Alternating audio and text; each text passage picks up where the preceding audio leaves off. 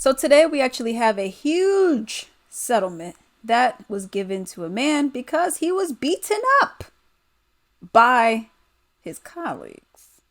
Y'all, let's get into this story. A long time coming $23.5 million award to black undercover police officer who was beaten by his colleagues. This gets brutal, y'all, so viewer discretion is advised. St. Louis Circuit Judge Joseph White awarded nearly $23.5 million to former police officer Luther Hall, who was beaten by colleagues while working undercover during a protest in 2017. The incident occurred during a time of great tensions on the streets of St. Louis.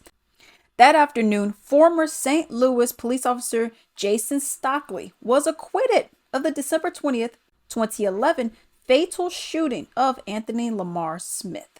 Stockley left the department in 2013 and was not charged with first-degree manslaughter until 2016. After then, Circuit Attorney Jennifer Joyce cited unspecified new evidence.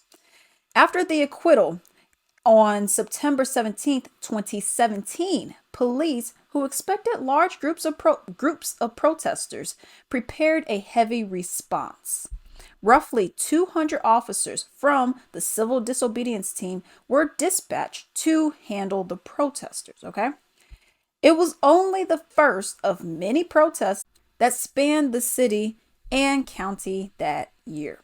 Police clashed with protesters downtown, arresting more than 120 people. Hall, who is black, and Officer Louis Nays, who is also white, were embedded undercover among the marchers. Both were arrested. Nays told investigators that while his arrest was routine, officers dressed in heavy armor beat Hall like, as he said, quote unquote, Rodney King.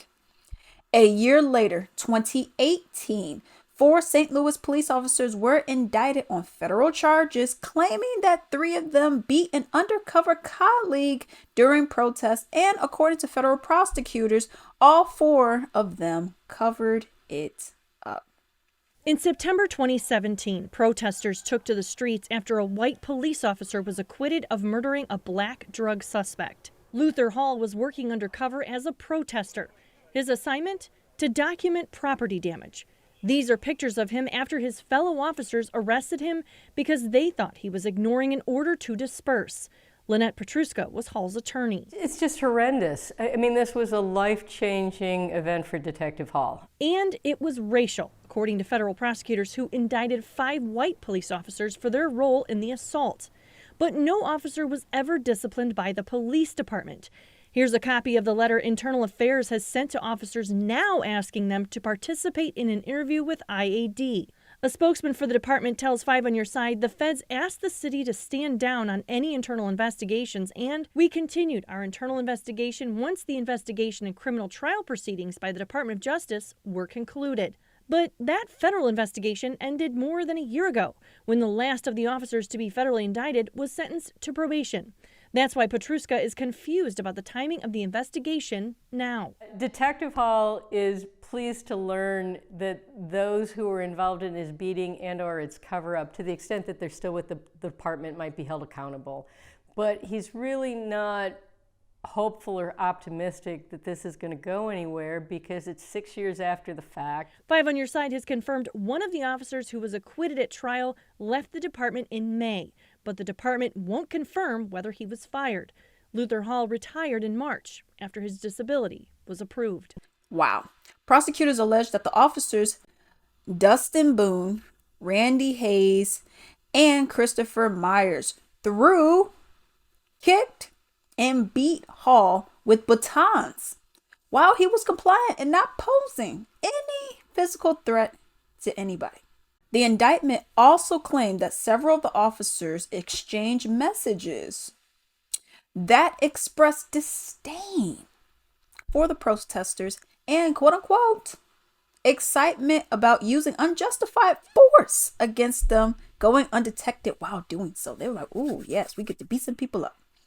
In one September 15, 2017 text message, Myers said, "Let's whoop some, you know what." Prosecutors also presented messages from Hayes saying going rogue does feel good. They're loving being bad cops.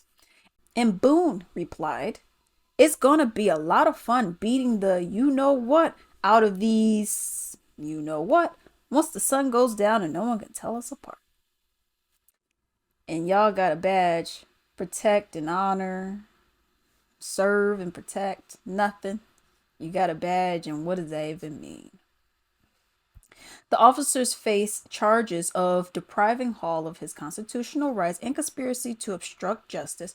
Another officer, Bailey Coletta, was accused of lying to a federal grand jury investigating the incident. And y'all be wondering why some of these cases be taking a long time too.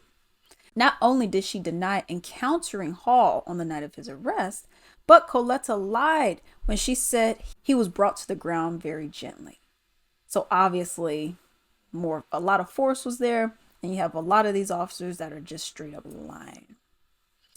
Police sources initially said Hall only suffered a bloody lip during the arrest, but Hall's injuries were much more extensive than just a bloody lip.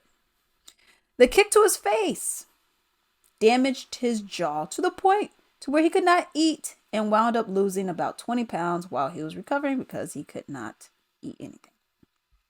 Hall testified that he also sustained an injury to his tailbone and also had to have surgery to repair 2 herniated discs in his neck and 1 in his back.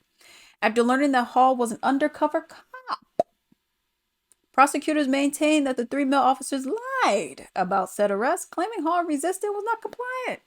Indictment said the officers also tried to contact Hall to dissuade him from pursuing disciplinary or legal actions after you do what you did. I'm supposed to just be like, okay, fine. Hall sued 3 of his former colleagues, Hayes, Boone, and Myers, for their roles in the attack.